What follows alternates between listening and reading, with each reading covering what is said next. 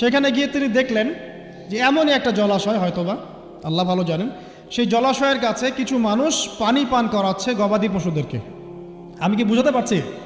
আচ্ছা, তো দূরে দুজন মেয়ে দাঁড়িয়ে আছে। এই দুজন মেয়ে অনেকক্ষণ থেকে দাঁড়িয়ে আছে, তারা পানি পান করাতে পারছে না। মুসা আলাইহিস সালাম অনেকক্ষণ থেকে অবজার্ভ করছেন যে মেয়ে দুটো পানি পান করাতে পারছে না গবাদি পশুদেরকে। তিনি প্রথমে একটু অস্বস্তি বোধ করলেন, তারপরে আবার গেলেন তাদের কাছে, গিয়ে বললেন কি সমস্যা। তখন সেই মেয়েরা বলল, যতক্ষণ পর্যন্ত আমার কওমের লোকেরা এখান থেকে সরে যায় না ততক্ষণ আমরা পানি পান করাতে পারি না, কারণ আমরা দুর্বল, মেয়ে মানুষকে টাইম দিচ্ছে না আর কি। আর এদিকে আমাদের বাবা অত্যন্ত বৃদ্ধ মানুষ, বাসায় পড়ে আছেন একা। তখন মুসা আলাইহিস সালাম যুবক ছিলেন এবং তিনি কিন্তু শক্তিশালী ছিলেন, কওয়িউন আমিন, বিশ্বস্ত এবং শক্তিশালী। ওই যে এক ঘুষিতে মানুষ মারা মানুষ, কি মনে করছেন? তো তিনি এবার ওই গবাদি পশুদেরকে নিয়ে এসে পানি পান করালেন। পানি পান করিয়ে তিনি একটা গাছের ছায়ায় গিয়ে বসলেন। এই প্রত্যেকটা কথা কিন্তু কোরআনে আছে, প্রতিটা কথাই। সূরা কসস পড়েন, সূরা তাহা পড়েন। গাছের ছায়ায় বসে তিনি একটা দোয়া করছেন, এবার হাত উঁচু করে দোয়া করছেন, রব্বি, হে আমার প্রতিপালক, ইন্নী লিমা আনজালতা ইলাইয়া মিন খায়রিন ফাকির। হে আল্লাহ, আপনি আমার প্রতি যে রহমত বা যে করুণা বর্ষণ করবেন এর জন্য আমি ফকির হয়ে বসে আছি। দোয়ার ভাষাটা শুনছেন? আল্লাহ, আপনি আমার প্রতি যে করুণা বর্ষণ করবেন আমি এর জন্য ফকির হয়ে বসে আছি। তো প্রত্যেকটা নেক কাজ করার পরে এরকম দোয়া করা সুন্নত, দোয়া কবুল হয়ে যাবে ইনশাআল্লাহ। দোয়া সাথে সাথে কবুল হয়ে গেল। এখন ওই দুইজন মেয়ের মধ্যে একজন মেয়ে হেঁটে হেঁটে আসছে। ওই মেয়ে কিভাবে হেঁটে এসেছে সেটাও কোরআন বলেছে, কিভাবে হেঁটে এসেছে সেটাও কোরআনে বলেছে সূরা কসাসের মধ্যে। সূরা কসাসে আল্লাহ পাক বলছেন, ওই দুইজন মেয়ের মধ্যে একজন হেঁটে হেঁটে আসলো লাজুক পায়ে। কেমন পায়ে? লাজুক পায়ে। যেই চলাফেরা আপনি এখনকার মেয়েদের মধ্যে দেখতে পারবেন না। এখনকার মেয়েদের হাঁটার মধ্যে লজ্জা আছে, লজ্জাশীলতার সাথে লাজুক ভঙ্গিতে সেই মেয়ে হেঁটে হেঁটে আসলো। আল্লাহ পাক সেই কথাটাও কোরআনে বলেছেন। ওই মেয়ের হেঁটে আসাটা আল্লাহ রাব্বুল আলামিন ব্যাখ্যা করেছেন। সেই মেয়ে, দুইজন মেয়ের একজন মেয়ে হেঁটে হেঁটে আসছে মুসা আলাইহিস সালামের কাছে লাজুক ভঙ্গিতে, লজ্জায় মুখ নত করে, লজ্জাশীলতার সাথে এসে বলছেন যে আমার বাবা আপনাকে ডাকছে। তার বাবাকে? শুআয়ব আলাইহিস সালাম, আমার বাবা আপনাকে ডাকছে। এবার তিনি গেলেন শুআয়ব আলাইহিস সালামের কাছে, গিয়ে তার কিসসা বা কাহিনীটা বললেন। শুআয়ব আলাইহিস সালামও কিন্তু একজন নবী এবং জবরদস্ত নবী। বলে রাখি, শুআয়ব আলাইহিস সালামের কওম সর্বপ্রথম সেই কওম যাকে ভূমিকম্প দিয়ে ধ্বংস করা হয়েছিল। সর্বপ্রথম পৃথিবীতে ভূমিকম্প দিয়ে যে কওমকে ধ্বংস করে দেওয়া হয়েছে সেটা হচ্ছে শুআয়ব আলাইহিস সালামের কওম। আর তিনটা বড় বড় ভূমিকম্প আমাদের সামনে অপেক্ষাও করছে শেষ জামানায়। তিনটা হবেই, একটা পৃথিবীর পশ্চিম দিকে, একটা পৃথিবীর পূর্ব দিকে। আর পূর্ব দিক বলতে কিন্তু আমাদের দিক, Indonesia, Malaysia, Bangladesh, Pakistan, Sri Lanka, India, এই পুরো জায়গা হচ্ছে পূর্ব দিক। আর পশ্চিমা সভ্যতা তো বোঝেন পশ্চিম কোন দিকে। আর একটা হবে পৃথিবীর মাঝখানে। মাঝখান কোনটা? এই যে জাজিরাতুল আরব, এখানে একটা হবে। এটা হবেই, কোনো বিজ্ঞানী ঠেকাতে পারবে না। তো শুআয়ব আলাইহিস সালামের কওম সেই কওম যাকে ভূমিকম্প দিয়ে ধ্বংস করা হয়েছিল।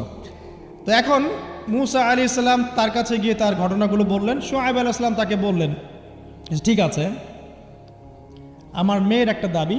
আমার মেয়ে বলেছে যে তুমি হচ্ছ বিশ্বস্ত এবং শক্তিশালী, তোমাকে যেন আমি আমার কাজে নিয়োগ করি। আসলে মেয়ে বাবাকে ইঙ্গিত একটা মনের ভাব ব্যক্ত করেছে আর কি। তখন তার বাবা সেই ভাবটা বুঝতে পেরেছেন। তিনি বলেছেন, ঠিক আছে, আমি আমার এই মেয়ের সাথে তোমাকে বিয়ে দিব। শর্ত কি? শর্ত হচ্ছে তোমাকে 8 বছর আমার এখানে কাজ করতে হবে। 8 বছর? কত বছর? 8 বছর কাজ করার বিনিময়ে আমি তোমাকে আমার মেয়ের সাথে বিয়ে দিচ্ছি। আর যদি তুমি চাও তাহলে 10 বছর পূর্ণ করতে পারো।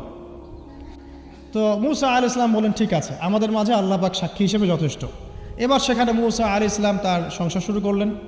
10 বছর অতিবাহিত হলো। তারপরে এখন মিশরে ফিরে যাওয়ার পালা।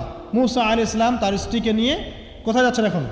মিশর, তার হোম টাউন, ঠিক আছে, মাদারল্যান্ড। কিন্তু যাত্রা পথে তুয়া উপত্যকায় বিভিন্ন কিতাবে এসেছে তার স্ত্রীর প্রসব বেদনা শুরু হয়। তখন তিনি আগুন তালাশ করতে থাকেন। আগুন তালাশ করতে করতে আস্তে আস্তে তিনি এমন একটা জায়গার দিকে চলে যান তুয়া উপত্যকায়, যেখানে দেখেন যে গাছের উপর আগুন জ্বলছে। এবং তখন আগুনকে ফলো করতে করতে হঠাৎ তিনি এক গায়েবী আওয়াজ শুনতে পান। আওয়াজটা হচ্ছে এমন, আমি একটু পড়ে শোনাই। আওয়াজটা হচ্ছে এমন যে ইন্নী আনা রব্বুক ফাখলা'না আলাইক ইন্নাকা বিল ওয়াদিল মুকদ্দাসি তুয়া। এই আওয়াজটা আল্লাহ পাকের। কার আওয়াজ? সুবহানাল্লাহ। আল্লাহ পাক মূসা আলাইহিস সালামের সাথে কথা বলছেন এই জায়গায়। আল্লাহ পাক বলছেন, নিশ্চয়ই আমি তোমার রব, তোমার জুতা খুলে ফেলো, কারণ তুমি একটা পবিত্র উপত্যকায় আছো। চিন্তা করতে পারেন? ওয়া আনা আখতারতুকা, এবং আমি তোমাকে বাছাই করেছি হে মূসা, ফাসতামি' লিমা ইউহা, তুমি খুব মনোযোগ দিয়ে শোনো, আমি তোমার কাছে যা ওহী করছি এটা মনোযোগ দিয়ে শোনো। ইন্নানি আনা আল্লাহ, নিশ্চয়ই আমি আল্লাহ। আল্লাহ বলছেন ইন্নানি আনা আল্লাহ, নিশ্চয়ই আমি আল্লাহ। লা ইলাহা ইল্লা আনা, আল্লাহ বলছেন আমি ছাড়া কোনো ইলাহ নেই। ফা'বুদনি, আমার ইবাদত করো। ওয়া আকিমিস সালাতা লিযিকরি, আমার স্মরণের জন্য সালাত কায়েম করো। ইন্নাস সাআতা লাআতিয়াতুন, নিশ্চয়ই কিয়ামত অবশ্যই আসবে। আকাদু উখফিহা, আমি এটাকে গোপন রেখেছি। লিতুজজা কুল্লু নাফসিন বিমা তাসআ, যাতে করে প্রত্যেক নফসকে তার প্রতিদান দেয়া যায়। ফালা ইয়াসুদ্দান্নাকা আনহা মান লা ইউমিনু বিহা ওয়াত্তাবা'a হাওয়াহু ফাতারদা, যারা প্রবৃত্তির অনুসরণ করে তারা যেন তোমাকে এই বিষয়টার প্রতি ঈমান আনা থেকে দূরে রাখতে না পারে। আল্লাহ পাক এই পর্যন্ত বললেন। এরপর আল্লাহ বলছেন, ওয়া মা তিলকা বিয়ামিনিকা ইয়া মূসা, মূসা তোমার ডান হাতে এটা কি? মূসা আলাইহিস সালাম বলছেন যে ক্বালা হিয়া আসায়া, এটা আমার লাঠি। তার সাথে কি ছিল? একটা লাঠি। আতাওয়াক্কাউ আলাইহা ওয়া আহুশু বিহা আলা গনামি ওয়া লিয়া ফিহা মাআরিব উখরা, এই লাঠি দিয়ে আমি গাছের ডাল ছাঁটি, গবাদি পশুদেরকে চড়াই, এছাড়া আমি আমার বিভিন্ন কাজে লাঠি ব্যবহার করি।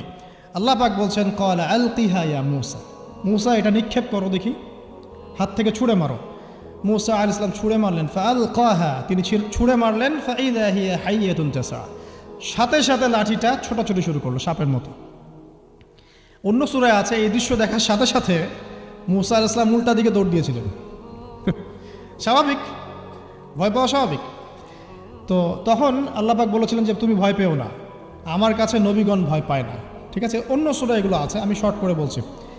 এরপরে আল্লাহ পাক বললেন, ক্বালা খুযহা ওয়া লা তাখাফ, তুমি এটাকে ধরো, এটাকে ভয় পেও না।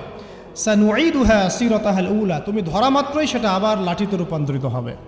আরেকটা কাজ করো, ওয়াদমুম ইয়াদাকা ইলা জানাহিক, তোমার হাতটাকে বগলের নিচে নিয়ে যাও। তাখরুজ বাইদা মিন গায়রি সু, এটাকে বের করো, তারপর দেখবে এটা স্বচ্ছ আলো প্রদান করবে। সুবহানাল্লাহ। বগলের মধ্যে হাত নিয়ে আসো, হাতটাকে বের করো, দেখবে হাত থেকে স্বচ্ছ আলো বের হবে। এই দুইটা মুজিজা আল্লাহ পাক তাকে দিলেন। আয়াতান উখরা, এটা আরেকটা নিদর্শন। তো এখানে কি হলো? মূসা আলাইহিস সালাম নবুয়ত পেলেন। Shortcut key? মূসা আলাইহিস সালাম কি পেলেন? নবুয়ত পেলেন। নবুয়ত পাওয়ার সাথে সাথে আল্লাহ পাক তাকে দুটো মুজিজা দিলেন। একটা হচ্ছে লাঠি, আর একটা কি? হাত বগল থেকে বের করলেই কি হবে? আলো বের হয়ে যাবে। এবার তার ডিউটি কি? আল্লাহ পাক ডিউটি দিচ্ছেন তাকে যে ইযহাব ইলা ফিরআউনা ইন্নাহু তাগা, এবার তোমার কাজ হচ্ছে তুমি ফেরাউনের কাছে যাবে, কারণ ফেরাউন সীমা লঙ্ঘন করেছে। তখন মূসা আলাইহিস সালাম বললেন, রব্বি ইশরাহ লি সদরি, আল্লাহ আমার বক্ষটাকে প্রশস্ত করে দিন। মানে আমার তো সেখানে যাওয়ার সাহস হচ্ছে না, আমি তো সেখানে ওদের দৃষ্টিতে একজন খুনের আসামি, ওদের দৃষ্টিতে ওরা তো আমাকে পেলে হত্যা করে ফেলবে। আল্লাহ পাক বলছেন, কেল্লা, কখনো না, তারা তোমাকে হত্যা করতে পারবে না। তখন তিনি দোয়া করছেন, আল্লাহ আমার হৃদয়টাকে প্রশস্ত করে দিন, ওয়া ইয়াসসির লি আমরি, আমার কাজকে সহজ করে দিন। ওয়াহলুল উকদাতাম মিন লিসানি, আমার লিসান, আমার জিহ্বায় জড়তা আছে আল্লাহ, এটাকে দূর করে দিন। ইয়াফকাহু কওলি, যাতে মানুষ আমার কথা বুঝতে পারে।